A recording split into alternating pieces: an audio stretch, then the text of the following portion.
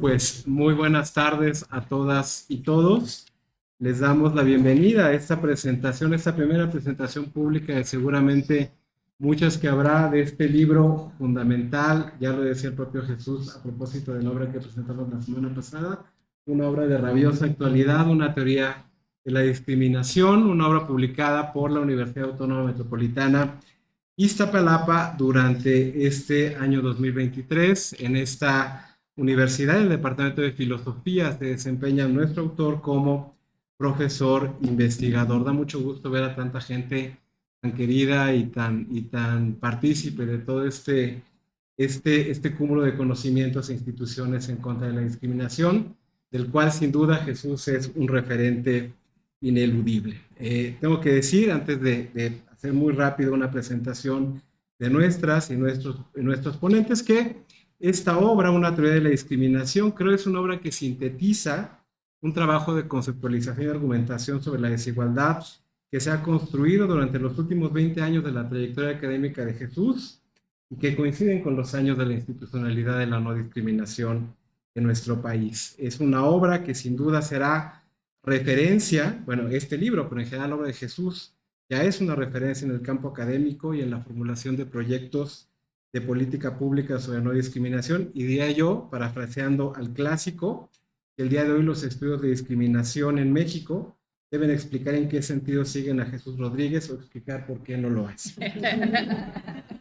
Creo que no es exagerado decir eso. Bueno, tenemos a tres compañeras de lujo para la presentación de este libro, y en el orden de aparición voy a decir solamente 3 datos biográficos de cada una de ellas, que no solamente les presentan, sino creo pues nos ayudan a pensar por qué están aquí presentes. En primer lugar, tengo aquí a la izquierda, que uno que estás a la izquierda, a la doctora Estela Serret, especialista en temas de identidades de género y de teoría política feminista, profesora investigadora del Departamento de Sociología de la UAM Azcapotzalco, integrante del Sistema Nacional de Personas Investigadoras y autora de un texto que para mí ha sido fundamental, para mí y para varias generaciones, tan complejo como transparente, que es Identidad Femenina y Proyecto Ético.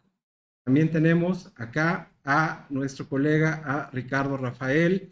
Él es académico, comunicador y diría yo promotor del diálogo público y de calidad en torno a la democracia y la justicia en medios tales como Milenio, Proceso, The Washington Post, Canal 11 y ADN 40. También creo que vale la pena recordar que fue uno de los coordinadores y principales impulsores de la Comisión Ciudadana de Estudios contra la Discriminación, que en el año 2001 sentó las bases del proyecto de lucha contra la discriminación en nuestro país. También Ricardo fue coordinador del reporte sobre discriminación 2012, coeditado por el CIDE y por CONAPRED, y es autor de muchos libros fundamentales para pensar políticamente en nuestro presente.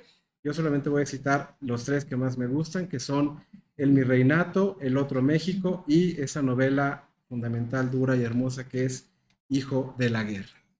Y también tenemos finalmente a Alejandra Haas, experta en temas de igualdad, no discriminación, género e inclusión social, que fue presidenta del CONAPRED entre 2015 y 2019 y en cuyo contexto, pues muchos de los hallazgos de Jesús Rodríguez se materializaron, ¿no? En temas como el ENADIS, el reconocimiento constitucional de los pueblos afromexicanos o el acceso a la seguridad social en las trabajadoras del hogar. Creo que ahí CONAPRED y la gestión de Ale ayudaron muchísimo a avanzar estos temas.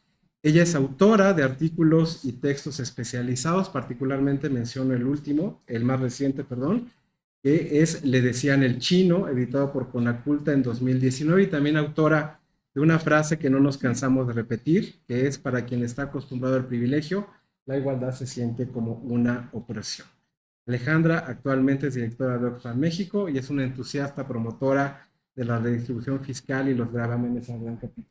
También es buenísimo. Bueno, pues en el orden, Estela, te damos la palabra.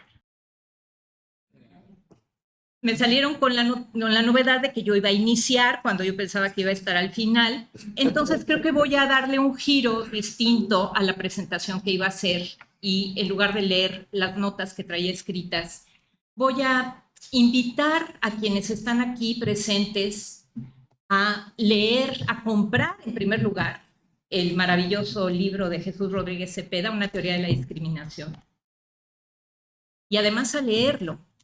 Y además a quienes tienen estudiantes, a compartirlo con sus estudiantes. Porque realmente, insisto, a pesar de que es un texto que trabaja temas teóricos muy complejos y de una altísima densidad, lo hace con un lenguaje que realmente da envidia, ¿no? Que comunica con una gran facilidad las ideas. Entonces, pues para instarlos a leer el libro, a comprarlo y leerlo, voy a platicarles un poquito cuáles son los temas de los que trata el libro. ¿Sí? Y finalmente, pues voy a permitirme hacer un par de consideraciones, digamos, para invitar al autor y al público a reflexionar un poco sobre alguna perspectiva ligeramente distinta que pudiera darse a la lectura de estos temas y problemas si eligiéramos un enfoque feminista para hacerlo. El libro de Jesús, realmente, como dijo ya Mario, nos brinda un compendio de los temas y problemas que Jesús Rodríguez ha abordado con maestría a lo largo de los últimos 20 años, cuando menos. Y que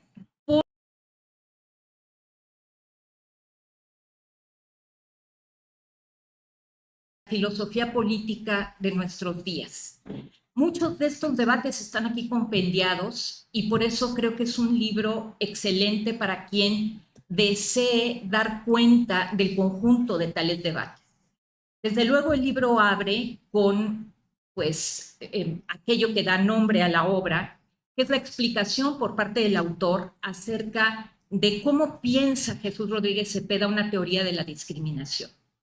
Es decir, partiendo del hecho de que la palabra discriminación es un término al uso del lenguaje político, del lenguaje jurídico, y no solamente del lenguaje teórico de la filosofía política o de la sociología política, lo que nuestro autor quiere hacer es justificar por qué es importante hablar de discriminación en términos duros conceptuales. ¿Por qué sistematizar la idea de discriminación al punto que nos lleve a conceptualizarla?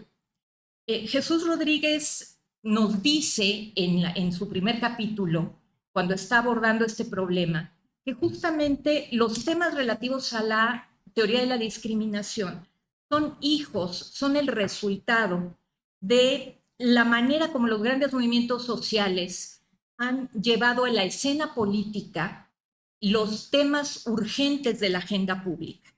Entonces, lo que él nos plantea es que los debates teórico-conceptuales sobre la discriminación sistematizan eso que ocurre en el nivel de lo social, cuando los distintos agentes sociales se han volcado hacia lo público para contestar, debatir, proponer y finalmente conseguir cambios que han sido recogidos por los estados y por las legislaciones. Bien, nos dice Rodríguez Cepeda, sí, efectivamente, esto conduce a que el pensamiento, que como diría Hegel, eleva su vuelo al atardecer, recoja estas fórmulas políticas, estas fórmulas sociales y las traduzca en conceptos fundamentales.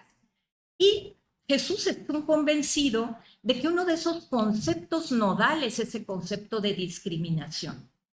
Está tan convencido de eso que incluso diría yo que de pronto parece que su concepto de discriminación le vuelve un poco la espalda o deja atrás algunos otros conceptos nodales de la teoría política, de la teoría democrática, de la teoría de la justicia, como es el propio concepto de igualdad, ¿no? Es decir, sin duda, el autor hace referencia a las relaciones entre el concepto de discriminación y el concepto filosófico-político de igualdad a lo largo de todo el texto, pero a veces parece que la formalización del concepto de igualdad en el concepto de discriminación, que es lo que nos ofrece la obra de Jesús, tiende a hacer que se nos olvide un poco en qué consiste el sustrato esencial de la idea de igualdad. Si me da tiempo y no me estoy extendiendo demasiado, voy a regresar sobre este punto un poco más adelante. Entonces, digamos, para hacer eco de esta propuesta en la que Jesús cree encontrar una llave teórica para entrar a dialogar no solo con el universo conceptual de los fenómenos sociales que en las democracias modernas emergen de la idea de igualdad, sino también con todas las agendas que tienen que ver con las libertades, ¿no? Entonces, nos dice Jesús, el concepto de discriminación anuda, articula las agendas que a veces se nos han aparecido, no tanto en términos normativos, pero sí muy frecuentemente en términos políticos, como desarticuladas, que son la agenda de la igualdad, las agendas de la igualdad y las agendas de la libertad. Y en esa articulación es que él nos dice, es importante construir un concepto técnico de discriminación, en el sentido conceptual. No puede quedarse en la noción de las percepciones subjetivas de quienes se ven involucrados en, por ejemplo, las consideraciones que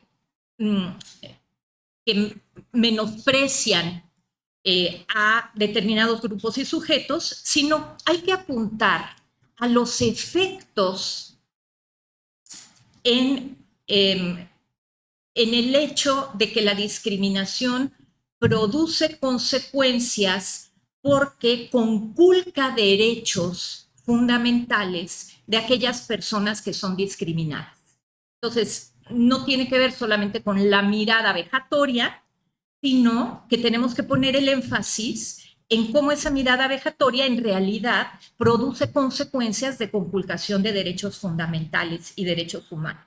Y a partir de ahí, Jesús produce dos conceptos muy claros y muy precisos, tanto de discriminación como de la otra cara de la moneda, que sería el derecho a la no discriminación. Entonces, con ese hilo conductor, Jesús nos conduce, sí, a lo largo de todo el libro y muy especialmente en los 2 primeros capítulos.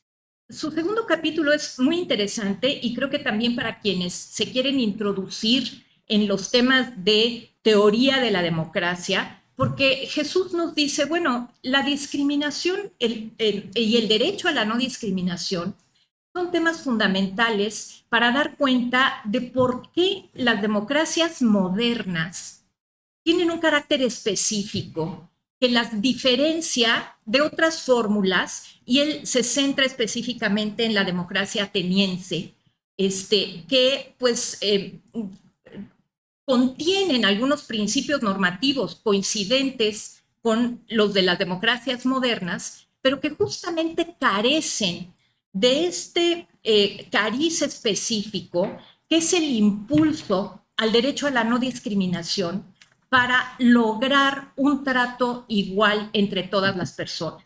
Entonces, en este capítulo lo que hace Jesús es realmente darnos una radiografía muy, muy bonita, muy bien llevada, muy bien construida, acerca de cómo podemos entender la democracia ateniense por contraste con las fórmulas que él llama de la democracia moderna. Y él nos dice, este hecho, el hecho de que la democracia moderna, a diferencia de aquella otra, sea la que introduce la dimensión de garantizar el derecho a la no discriminación, es lo que la hace normativamente superior.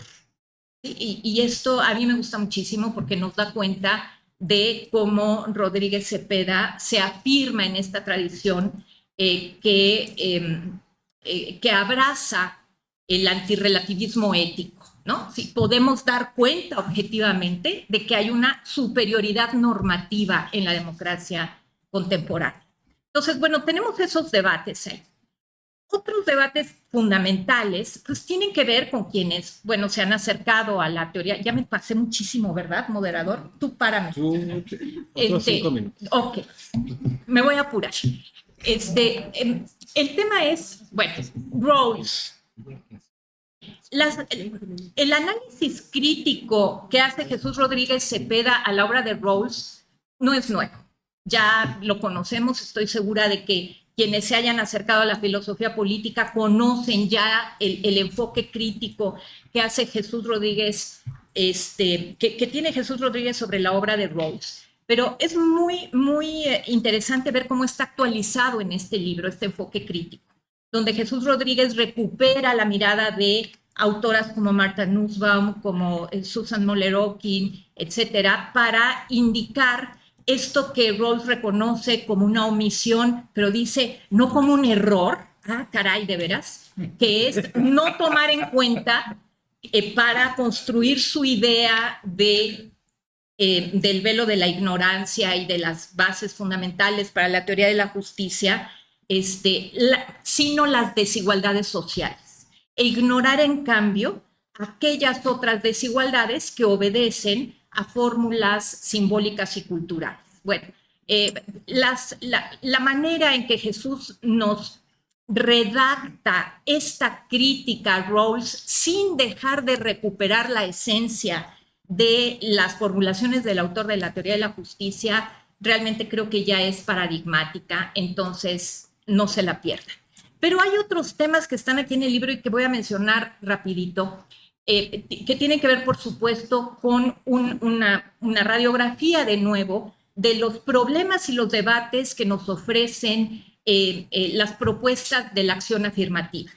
Estas cosas que han estado tan debatidas en el contexto político mexicano acerca de la paridad, las cuotas, y que, bueno, recientemente estuvieron otra vez en la palestra gracias a el dictado que acaba de hacer de nuevo esta Corte Superior de Justicia norteamericana que echa para atrás la acción afirmativa en las universidades. Bueno, si queremos entender exactamente qué se juega detrás de estos debates, donde pareciera que la acción afirmativa se opone a los presupuestos básicos de igualdad y libertad democráticos, pues hay que leerlo sin lugar a dudas en el texto de Jesús, porque allí lo que Jesús hace es demostrarnos cómo es absolutamente inviable hablar de la acción afirmativa como discriminación positiva, que fue algo que se hizo sobre todo en el contexto norteamericano, pero que en el contexto mexicano ha sido recuperado recientemente cuando se quiere hablar sobre todo en contra de las cuotas y la paridad.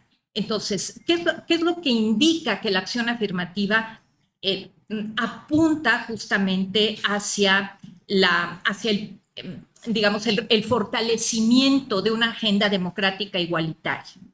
Está también en el libro de Jesús el debate sobre la mirada interseccional. ¿Qué tiene que decir la perspectiva interseccional, la teoría de la justicia? ¿Qué tiene que decir a una teoría normativa que se precie de dar cuenta progresivamente de las distintas fórmulas de exclusión a las que se enfrentan las personas que justamente sufren discriminación?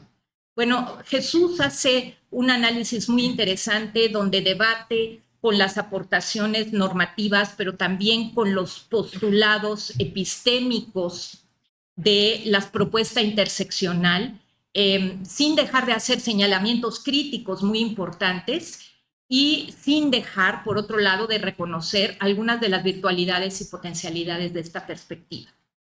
Encontramos también, señoras y señores, como si fuera poco con esos debates, una serie de reflexiones importantísimas en torno a otra tensión fundamental al interior de la democracia, que es la tensión justamente entre libertad de expresión e igualdad y derecho a la no discriminación, ¿no? Es decir, ¿qué tanto los llamados discursos de odio tienen derecho a ser expresados y qué tanto un Estado, digamos, desde la óptica de lo público, esos derechos deben de ser limitados y hasta dónde construir esos límites?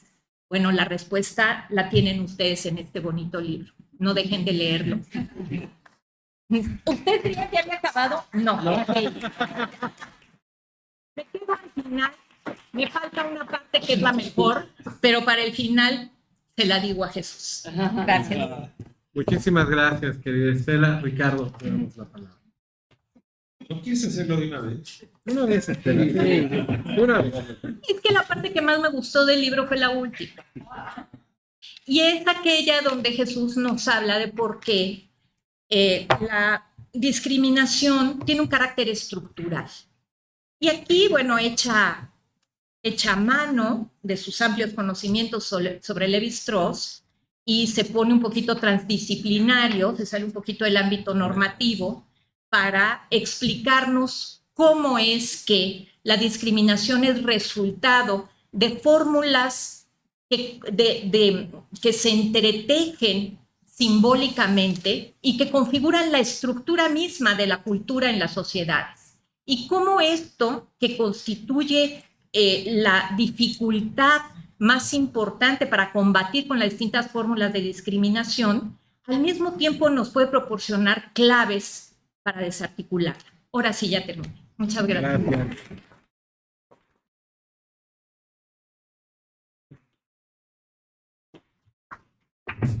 Pues igual que Estela me conmueve, me mueve mucho estar en esta mesa, en esta suerte como de familia que lleva, pues por lo menos de 2 décadas dialogando.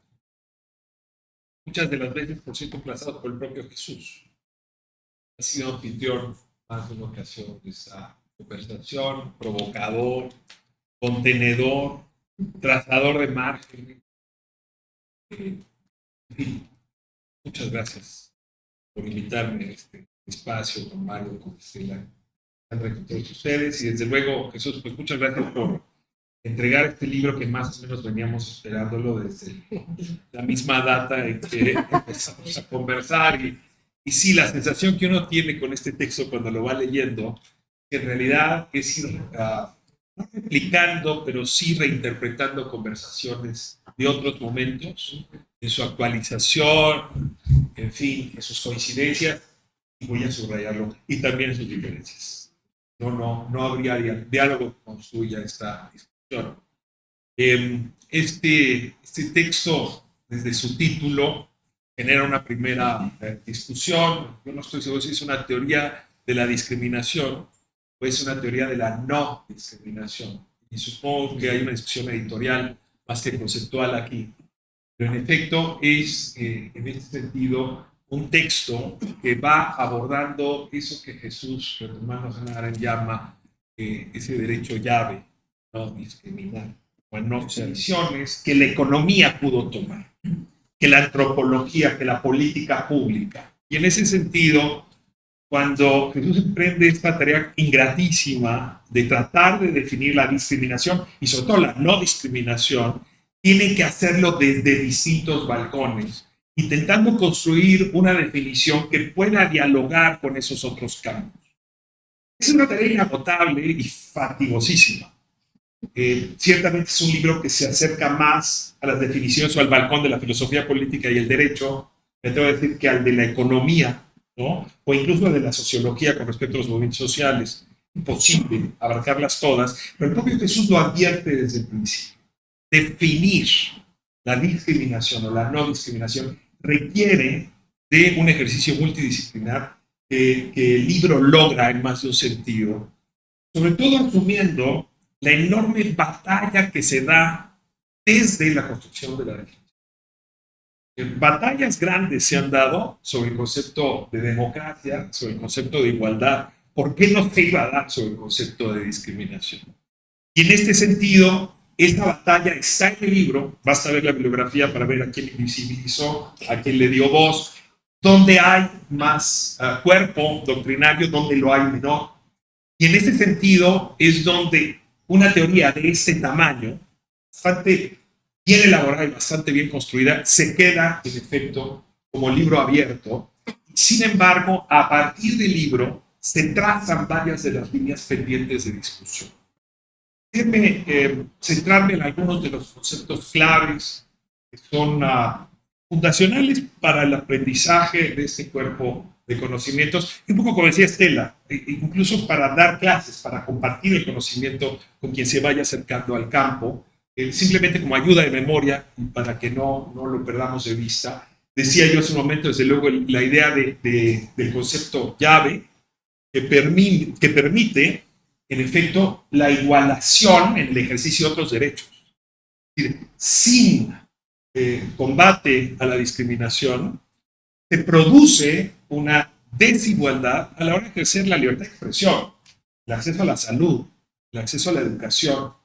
Y en ese sentido sí es un concepto, en ese sentido, principal, y aquí valdría la pena profundizar con Estela, incluso para hablar de la igualdad. Es decir, sin este concepto llave, es muy difícil que podamos hablar de la igualdad, porque este es el concepto que iguala frente a otros derechos.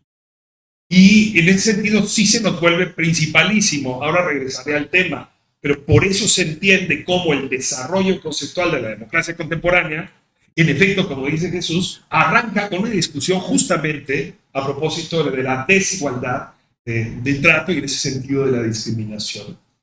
Otro concepto que la cerraba con el tema que me parece clave, antes de llamarla, digamos, de apelar a la calidad estructural de la discriminación, se refiere a las dos formas de discriminación, una la indirecta y la otra la directa, ¿no? Hemos cargado mucho las cintas para hablar de la discriminación directa, y es en efecto cuando utilizamos expresiones, medidas que tienen una persona responsable precisa y una víctima de esa discriminación, y en ese sentido la enorme cantidad de quejas que hay en materia de discriminación, en los discursos para combatir los medios, la cultura, las expresiones discriminatorias, están ubicadas en esta lógica. Pero donde menos hemos prestado atención es en las formulaciones, no diría invisibles, pero sí en segundo y tercer nivel, que constituyen la discriminación estructural. Y que en efecto se vuelve parte central de mucho del trabajo que Jesús ha llevado y que está en esta definición. Luego una discusión también interesante es el de las dos ruedas o las dos piernas de la discriminación. El estigma, marcar a la gente, las personas, de manera injusta, asimétrica y permanente, o el prejuicio, es decir, dar por sentados una serie de conceptos, de entendimientos, de lentes para ver a la otra o al otro, ¿no? Que en realidad no han pasado por la crítica propia, es decir, por el juicio propio. Pues, ¿cómo se combinan estas dos lógicas? Aquí entro en una primera discusión con Jesús. Él advierte que el prejuicio y el estigma serían de naturaleza irracional. Y depende desde el balcón donde se le mire. Porque buscaba a Gary Becker en sus páginas, y en efecto la economía diría, el estigma, el prejuicio es lo más racional que hay. Es una forma de acaparar bienes y quitárselo a otra persona. O citado en términos de Weber, que me hace un poco también falta, el cierre social diseñado a partir de este tipo de constructos para determinar a quién le toca y a quién no. Y en efecto, para construir mecanismos que hagan que unos cuantos o unas se queden con los beneficios, los derechos, los bienes producidos por el conjunto. Y es tan antiguo como la especie humana. Y el concepto de cierre social y de prejuicio y estigma como materia para la construcción del cierre social se vuelve clave para la siguiente discusión que plantea Jesús magistralmente, que es justamente el desarrollo del concepto de igualdad para los antiguos y los modernos, y yo diría, y para los modernos y los contemporáneos, para seguirnos con cosas. Pero antes de ir a esa lógica, simplemente me permitiría advertir que sí hay una discusión económica o economicista que necesitaría encontrar también asidero. Lo voy a plantear en estos términos.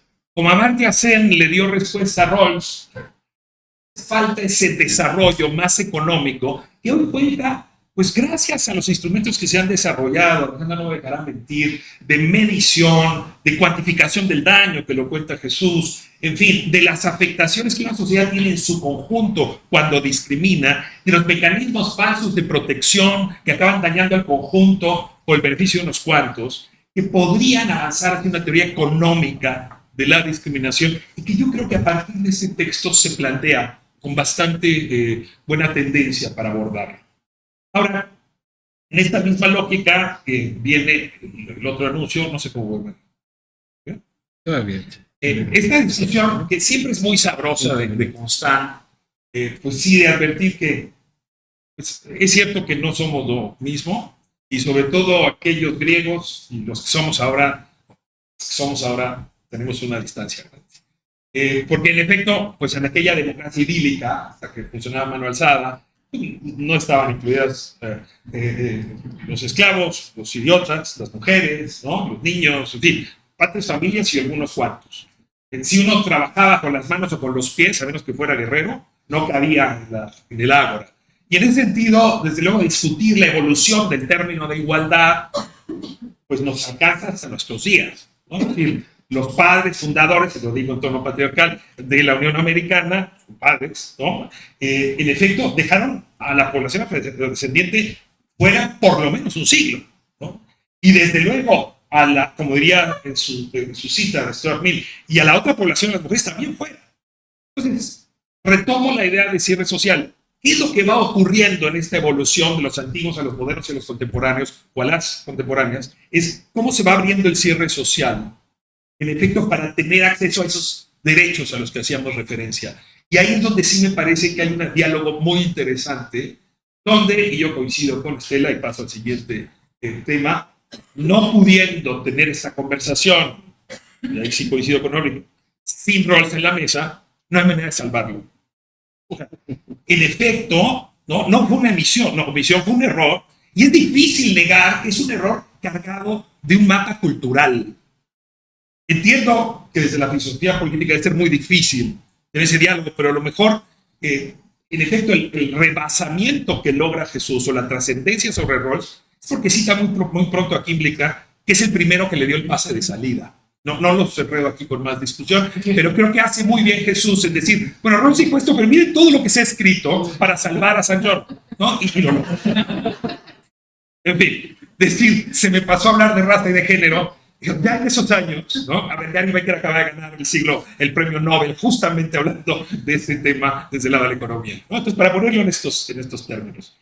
Ahora, voy a ser un poco, como lo que hizo Estela, hay una serie de temas que me encantaría aquí abordar, ¿no? Es, en efecto, el tema de laicidad y no discriminación, el tema de libertad de expresión y la interseccionalidad, pero un poco por los temas que me tocan más de cerca en la experiencia vital y en el corazón, sí está el tema de la discriminación estructural.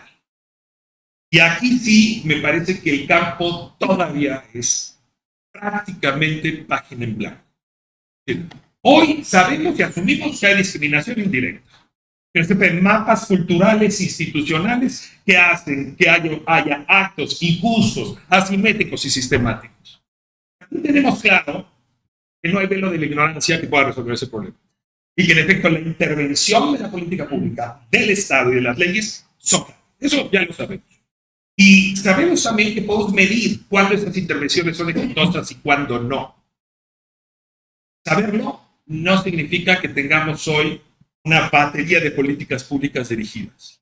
Dice Estela, lo dice bien, apenas la Suprema Corte en Estados Unidos acaba de poner en duda y tumbar de un plumazo pues 73 años de la acción afirmativa como una medida que se desecha no porque se asuma que ya resolvió el problema que estaba dispuesto a resolver, sino porque desde el principio era inconstitucional. Ese es el argumento.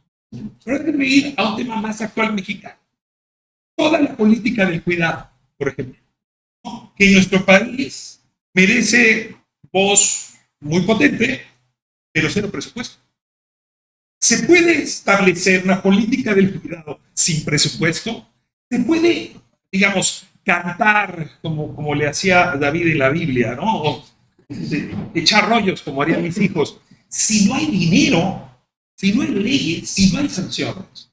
Y en ese sentido, Jesús lo toca muy bien al principio, lo va recorriendo el libro, y nos advierte frente a esta manía de lo políticamente correcto, que supone que en ese discurso se agota la lucha contra la discriminación.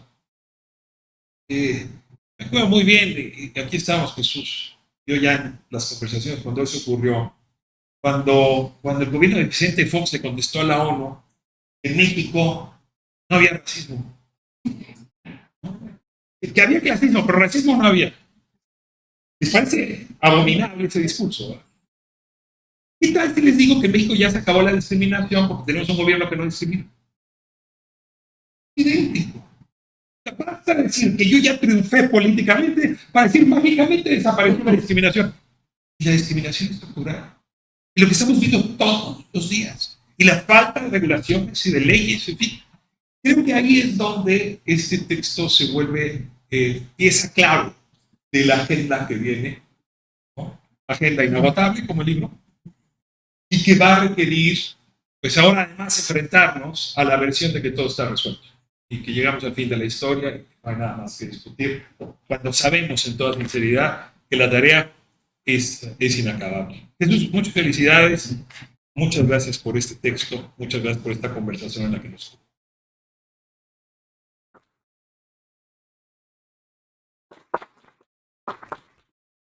Muchas gracias a Ricardo por su intervención. Yo creo que al final vamos a ver con Jesús para que reaccione a estas tres intervenciones. Y bueno, Alejandra, gracias. Bueno, pues voy a repetir muchas cosas que te dijeron. Primero, un agradecimiento a Jesús por haber escrito este libro. Yo le decía a Mario que cada vez que Jesús publica un libro siento que es el libro sobre discriminación, y este no es la excepción, este también es el libro sobre discriminación. Gracias, Estela, Ricardo, Mario y todos ustedes. La discusión sobre democracia es profundamente contemporánea y creo que debe de ser revisada por sí misma, no nada más como una parte de un libro sobre discriminación, sino realmente ese vínculo entre discriminación y democracia también tiene como mucho que florecer, y tú anotas ya con mucha claridad los elementos. Lo de Rawls me pareció muy interesante que incorporaras tanto acerca de Rawls, porque podría haber sido un libro por sí mismo, ¿no? O sea, creo que lo de Rawls es una discusión súper interesante, allá sienten por allá, podría haber sido un libro, ¿no? Las discusiones teóricas, las respuestas de los distintos teóricos y filósofas sobre las omisiones de Rawls y sobre sus respuestas, y luego las contrarrespuestas, ya Ricardo y Estela hablaron de esto, no me meto demasiado, pero creo que apunta a pues una cosa que ahora, de la que se habla mucho, y es la subjetividad del punto de vista, ¿no? O sea, yo tenía ya ganas, no lo hice, pero lo haré ahora que vuelvo a mi casa, de ver quién es Rawls, dónde nació. Digo, ya lo había leído, pero nunca he investigado sobre su vida íntima, personal y privada, para ver de dónde vienen sus sesgos, digo, y más allá de que era hombre, ¿no? Y blanco, pero me gustaría saber más, porque finalmente si asumimos con un velo aquí, que la paja en el ojo ajeno le llaman, ¿no? En fin, pero creo que es bien interesante el encuadre del debate y la profundidad con la que Jesús se mete a ello, y le agradezco muchísimo. Yo tengo 3 debates que a mí me gustaría tener algún día contigo, insisto, no es el momento, pero que me llamaron de lo que leí en tu libro. El primero es la relación entre el derecho individual a la no discriminación y su dimensión colectiva, que creo que también es una de las grandes problemáticas de nuestro tiempo.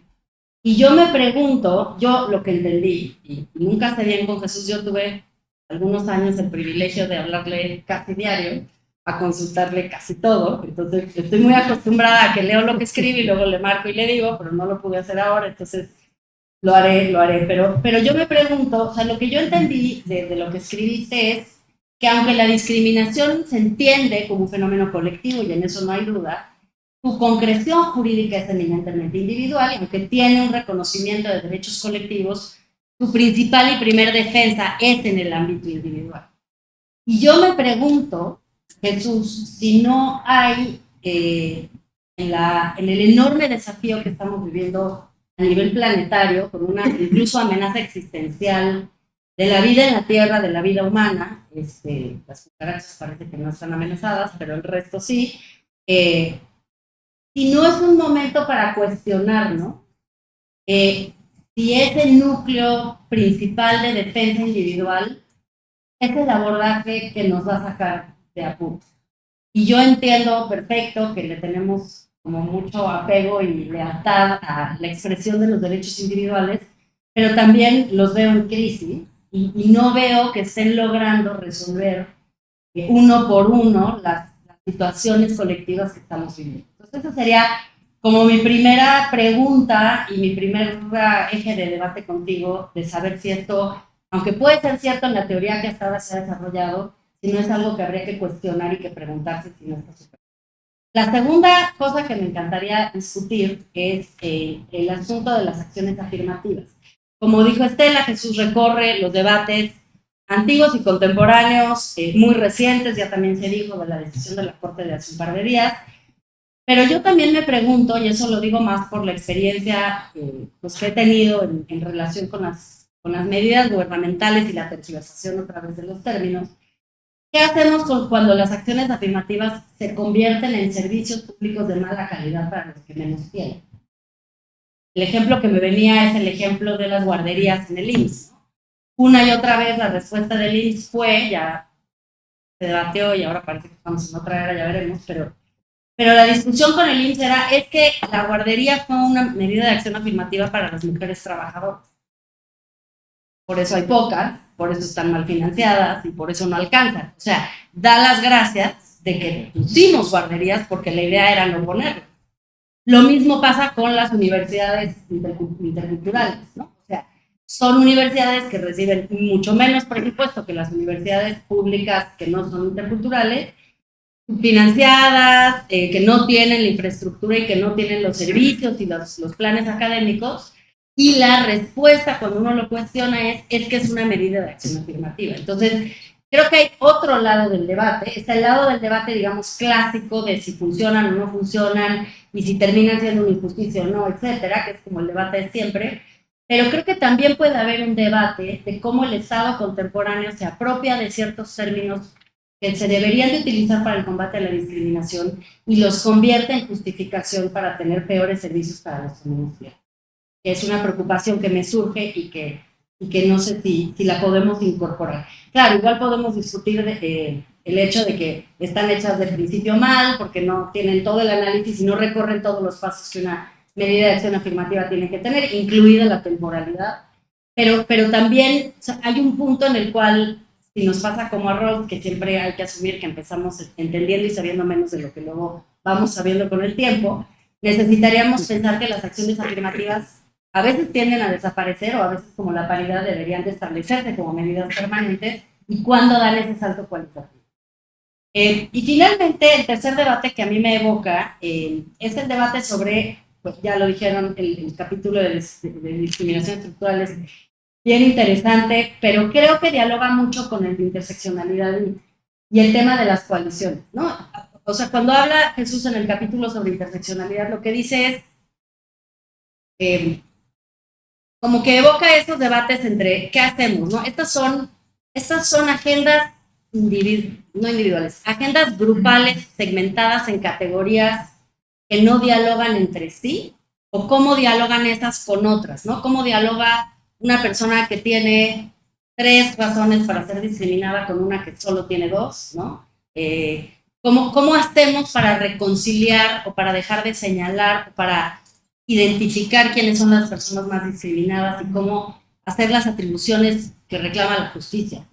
Y dice Jesús, y trae, también cita a varias filósofas y analistas, que la idea como que prima o la idea que nos puede ayudar es la idea de la coalición. O sea, la importancia de ver hacia adelante con una idea de formar coaliciones que nos permitan, manteniendo la individualidad de las agendas propias de cada grupo, no renunciar a la posibilidad de agendas colectivas que puedan avanzar.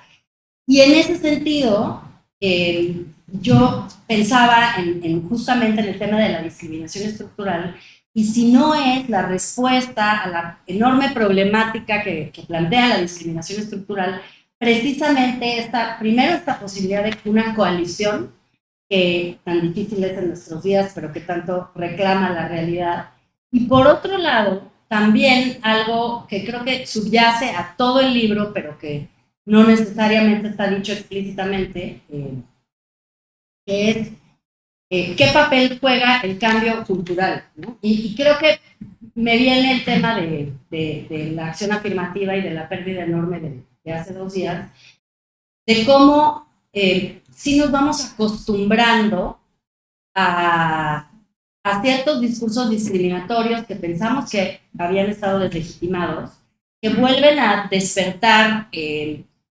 divisiones, ideas preconcebidas, los prejuicios y los estereotipos que siempre están ahí, y cómo esos sí forman coaliciones incluso inesperadas, ¿no?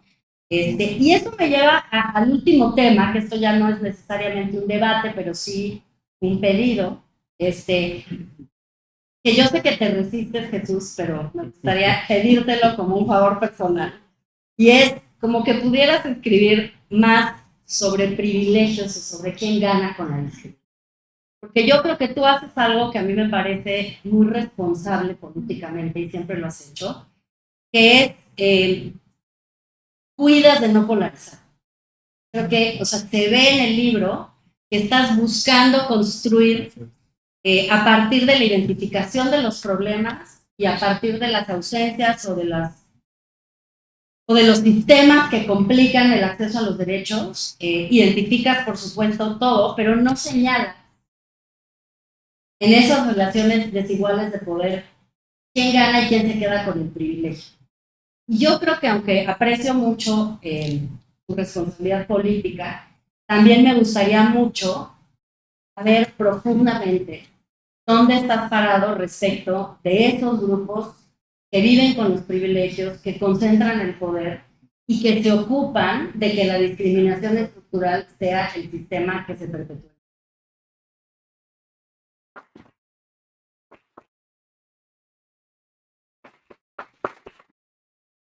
Muchísimas gracias también a Alejandra Haas por esta intervención. Vamos a ver la palabra a el doctor Jesús Rodríguez Cepeda. Bueno, no necesita presentación. Yo solo diré que la última vez que me acuerdo de esta sala así llena y sin una silla fue cuando presentamos aquí el igualitarismo liberal de John Rawls. Fue aquí en este mismo lugar. Solamente quisiera decir, dado que se ha mencionado el tema de Rawls y el tema de la interseccionalidad, que Jesús es tan prolífico que este año no solamente sacó su libro de autor, sino que además vieron la luz 2 materiales, un libro colectivo sobre interseccionalidad que se presentó la semana pasada, y hay otro libro que seguramente interesará mucho a Alejandra, Ricardo y a Estela, que es Razones de la Justicia, a medio siglo de una teoría de la justicia, que Jesús compiló en torno a Rawls junto con el doctor Gustavo Leo, que está aquí, y Paulette Dieterle. Adelante, Jesús, y muchas felicidades. Muchas gracias. Muchas gracias. Estoy un poco abrumado. Que me hayan preguntado cosas tan fuertes desde mi examen doctoral. No, me he abrumado por la compañía. Muchísimas gracias. Realmente la presentación de un libro es una apuesta larga, ¿no? Es un rito de paso, un momento celebratorio, pero además, si el contenido de la presentación es un desafío para la inteligencia, pues miel sobre hojuelas, ¿no? La verdad es algo que agradezco. Y hay una parte del trabajo que agradezco también mucho, que es a los ayudantes académicos que con el paso del tiempo pues han trabajado conmigo, tanto los ayudantes académicos de la UAM como del SNI, porque han hecho posible este trabajo y el trabajo de la RINDIS. Ya me suena lejanísimo pensar a María Alfredo, Álvaro Aragón, que son profesores, investigadores del SNI como ayudantes, pero lo fueron, ayudantes académicos muy trabajadores y muy responsables, y también a los ayudantes académicos pues, que ahora han hecho posible que esto siga funcionando. Ili Ayala, está Andrea Ayanes, está Enrique Tequel, Diana, del posgrado también nos apoya. De veras, ese otro trabajo de infraestructura, sin su existencia sería imposible el trabajo de investigación. Y desde luego, a las ya contarles en decenas de colegas que desde sus distintos emplazamientos en varias instituciones se han tomado en serio la agenda de investigación que hemos llamado la razón antidiscriminatoria, pomposamente, desde luego, y han participado muy generosamente y muy cumplidamente en los proyectos de la RINDES. Aquí hay varios colegas, Luis, Marta, varios de ustedes que han participado. De veras, muchísimas gracias, porque han dado con su trabajo, han dado lugar a una tradición de estudios que ahora es imprescindible en México e Hispanoamérica para un tratamiento serio, un tratamiento intelectual responsable de la discriminación y de su contrafigura normativa, el derecho humano a la no discriminación. Y luego, porque hay ámbitos que son igualmente constitutivos, quiero agradecer a mi familia, porque aunque yo he intentado siempre generar un ambiente doméstico, aburrido y tranquilo, para poder trabajar en más fecundidad, como decía aquí Patricio Solís después, pues han logrado lo contrario, ¿no? Han logrado un ambiente que tiene un pulso vital que solo puede generar una experiencia intensa, que es la que tengo cuando vivo con aquellos, como los denominara Charles Taylor, ¿no? Son mis otros significantes. Muchas gracias a ellos, Patricio. Me voy a los contenidos, rápidamente. ¿Qué cosas me interesaba resaltar? Y lo doy un poco en el orden que tengo, porque van a ir tomando los puntos que ustedes han mencionado. La discusión menos difícil, la que con mayor claridad íbamos a expresar, porque tenemos referentes discursivos de primer orden, el derecho internacional de los derechos humanos, los discursos constitucionales, los análisis comparados en materia de políticas antidiscriminatorias y sistemas legales, etc. Y de repente descubrí que conforme avanza, y esa es una idea que dio bien Rawls, cuando discutimos en ámbitos de libertad, nos diferenciamos cada vez más en vez de consensuar, ¿no? Cada vez estamos en más desacuerdo que en acuerdo. Y curiosamente, respecto de los estudios sobre discriminación, después de que los juristas instalaron una especie de primer consenso discursivo, en el cual yo todavía me sitúo de que la discriminación es fundamentalmente un problema de desigualdad de derechos. Hoy día tenemos versiones de la discriminación en la cual, conforme a las cuales la discriminación se plantea como un problema de reconocimiento defectuoso de las identidades colectivas, como un problema de daño moral o de error moral. Hay filósofos que están discutiendo si la discriminación es un error moral o si la discriminación es propia de la experiencia humana, de tal manera que banalmente pues todos discriminamos cuando actuamos, etc.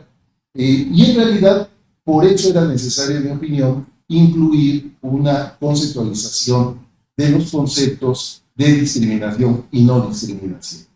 Y eso impacta sobre el título del libro, debo decir, porque lo lógico en un texto normativo es titularlo a los Rawls, conforme al modelo ideal, una teoría de la no discriminación.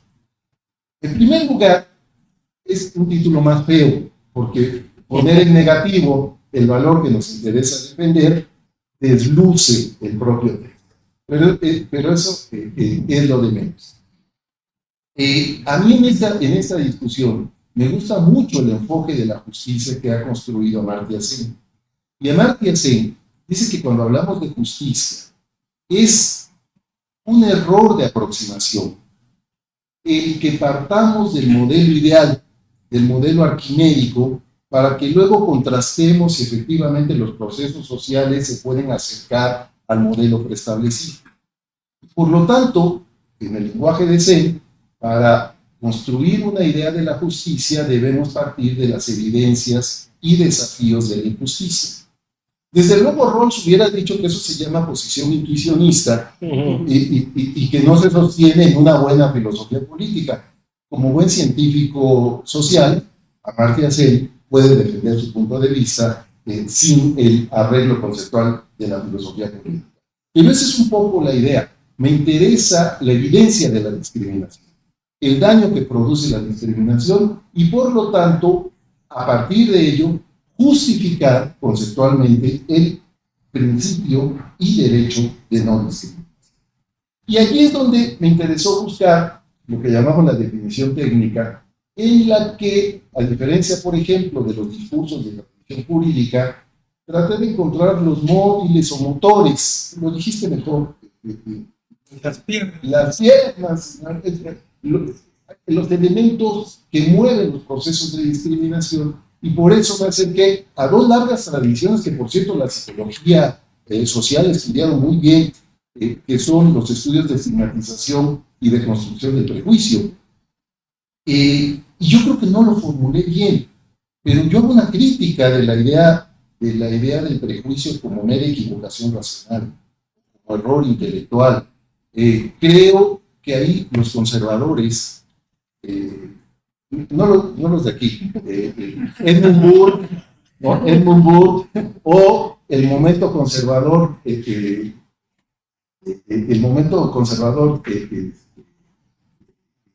tuvieron algunos ilustrados, digamos, nos llevó a entender que el prejuicio es constitutivo y es un elemento de construcción material de relaciones. En el debate contemporáneo también lo vio Bobbio. Bobbio entendió el prejuicio como el guardián del privilegio. A mí me parece que esa es la vía fecunda para entender el prejuicio.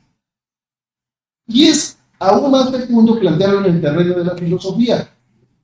Nuestros estudiantes que están aquí o nuestros egresados no me dejarán mentir, pero nos han entrenado para pensar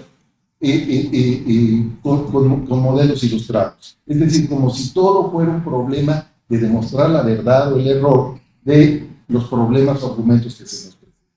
Y el prejuicio construye realidad, construye institucionalidad.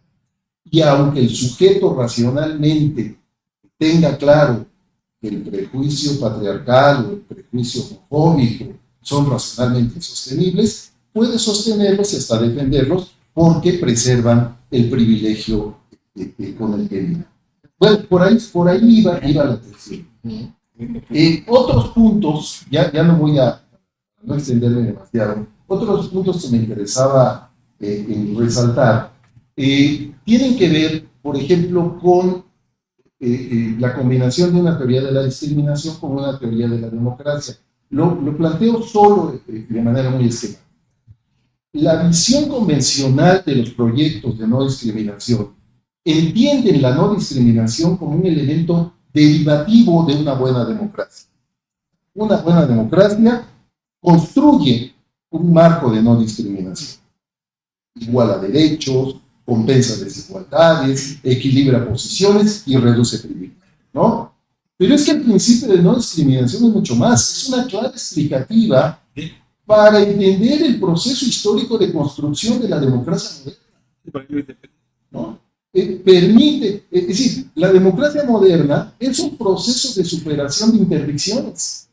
O sea, todas las prohibiciones de ejercicio de derechos políticos que acompañaron al gobierno representativo hasta el siglo XIX, se caen por exigencias que son antidiscriminatorias. El voto a los pobres, el voto de las mujeres, ¿no? Y ahora hablamos de cómo garantizar el voto de la población trans, cómo garantizar el voto de las poblaciones indígenas. Es decir, las agendas antidiscriminatorias son las que han realizado la promesa de universalidad de derechos, realizado en la medida de lo posible, con todos sus defectos, pero han tratado de realizar esa promesa de universalidad de los derechos políticos que nos hizo la democracia moderna. Por eso mi idea es que el principio de no discriminación es constitutivo de la democracia y no solo derivativo. No hay democracia sin no discriminación, sin igualdad de derechos por vía de no discriminación. Y dos puntos más. Mi relación neurótica con Rawls. Como cualquier otra relación filial. Yo he publicado 2 libros académicos sobre Rawls, uno sobre teoría de la justicia, otro sobre el liberalismo político y sobre los artículos sobre las constelaciones que acompañan a esos dos textos. Pero Rawls fue el pensador que resucitó la filosofía política en el siglo XX cuando ésta se daba por muerta. Cuando ésta, desde la propia filosofía, era vista como un discurso meramente ideológico. Cuando la ciencia política, intelectualmente ensoberbecida, había decidido que no necesitaban la reflexión abstracta de la filosofía. Brian Barry contaba, el gran filósofo político inglés que murió hace poco, él contaba que en la Universidad de Oxford, en los años 60, cuando él escribe su tesis doctoral, que luego se publicaría en un libro que se llama Political Argument, decidió hacer una tesis de filosofía política. Isaiah Berlin no se la pudo dirigir porque ya estaba muy mayor. Entonces buscó en todos los colleges de la Universidad de Oxford qué filósofo le podría dirigir una tesis de filosofía política y no encontró, cuenta Brian Barry, un solo filósofo. Y tuvo que ir a Derecho con el profesor Hart, el gran teórico del Derecho, que fue el que tuvo la piedad de dirigirle a ese joven filósofo una tesis de filosofía política. Hoy día la filosofía política, gracias entre otros a la influencia de Rawls, es la disciplina más socorrida de los estudios filosóficos. Y gracias a Rawls, buena parte de las categorías de la filosofía política se han extendido al derecho, a la economía, a la sociología y a otras ciencias sociales. A ver, Rawls marca los discursos de la filosofía. Y si debemos de creer a su gran biógrafa intelectual, hay varios biógrafos, pero la gran biógrafa intelectual, es decir, la que hace la mejor historia de las ideas respecto del liberalismo rawlsiano, una joven profesora, Katrina Forrester.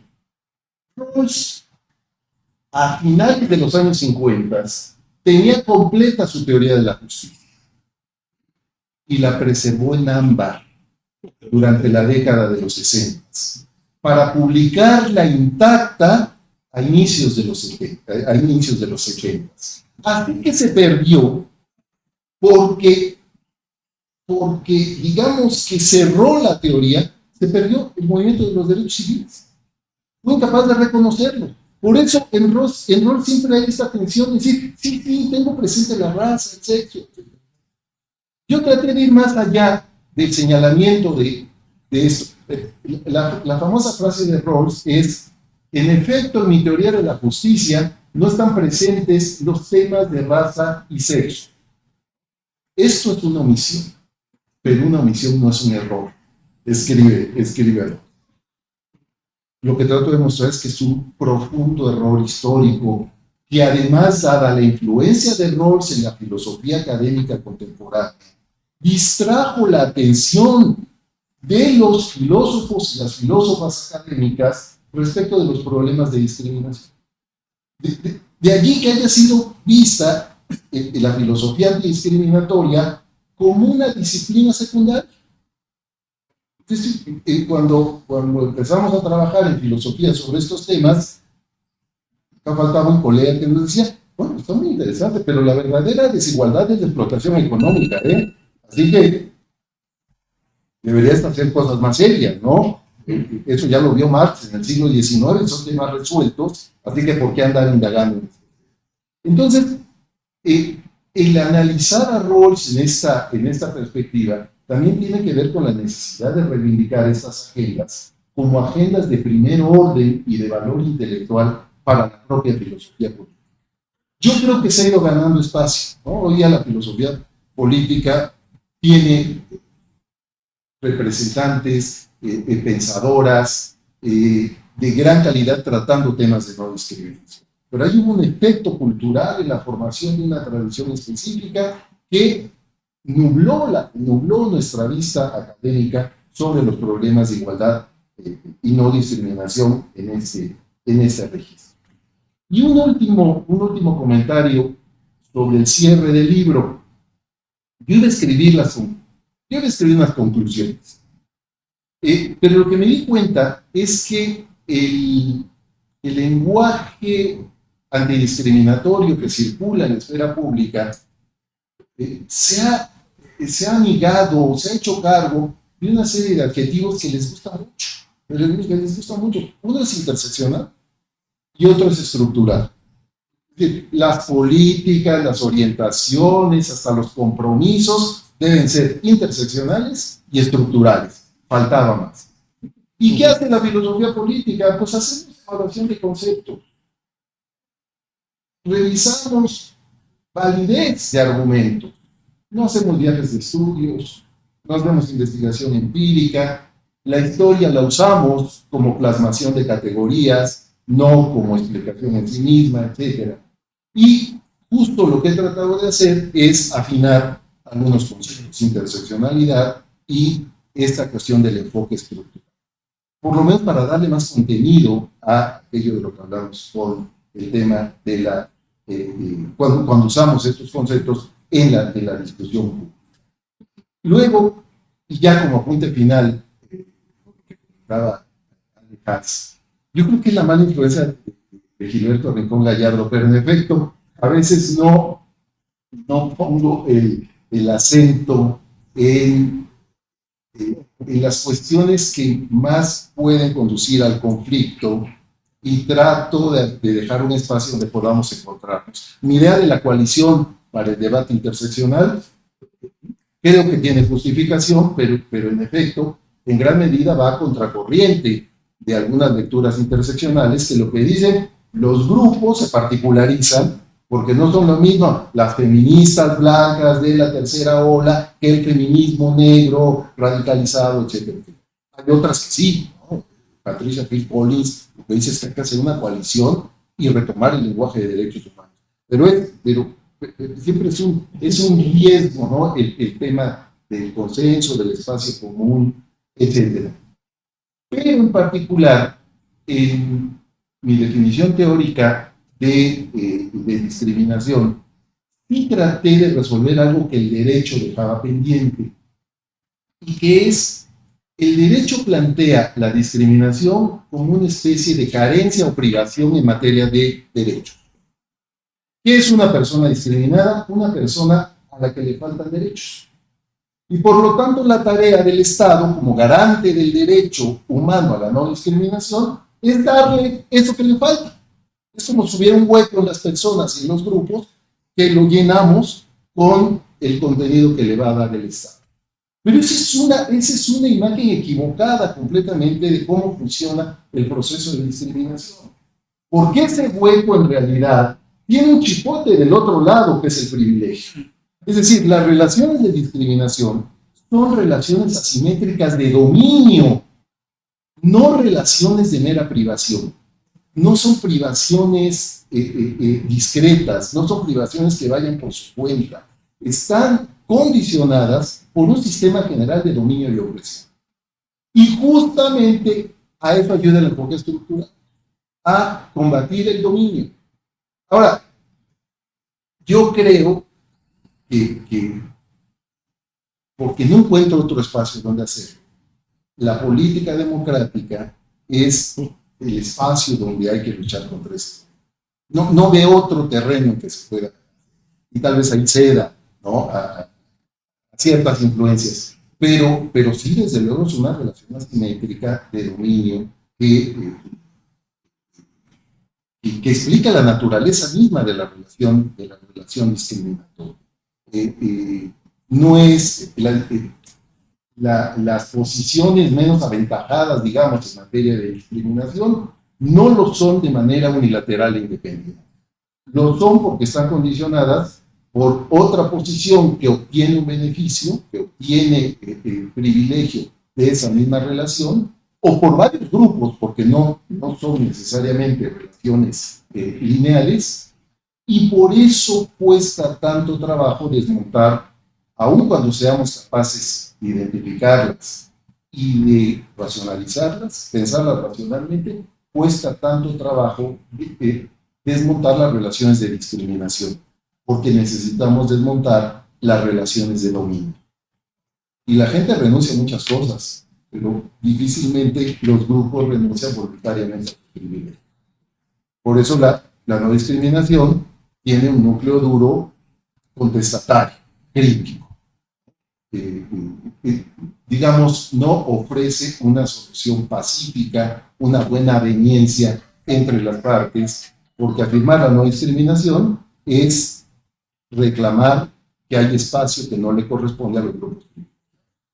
Eso se tendrá que ver más, pero ya lo estoy pergeñando. Bueno, perdón por la...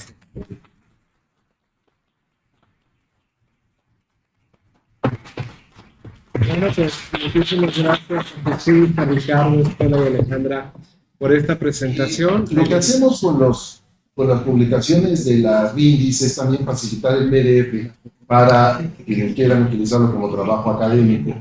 Y bueno, la universidad también ya en sus librerías va a poner el libro. Bueno, eso es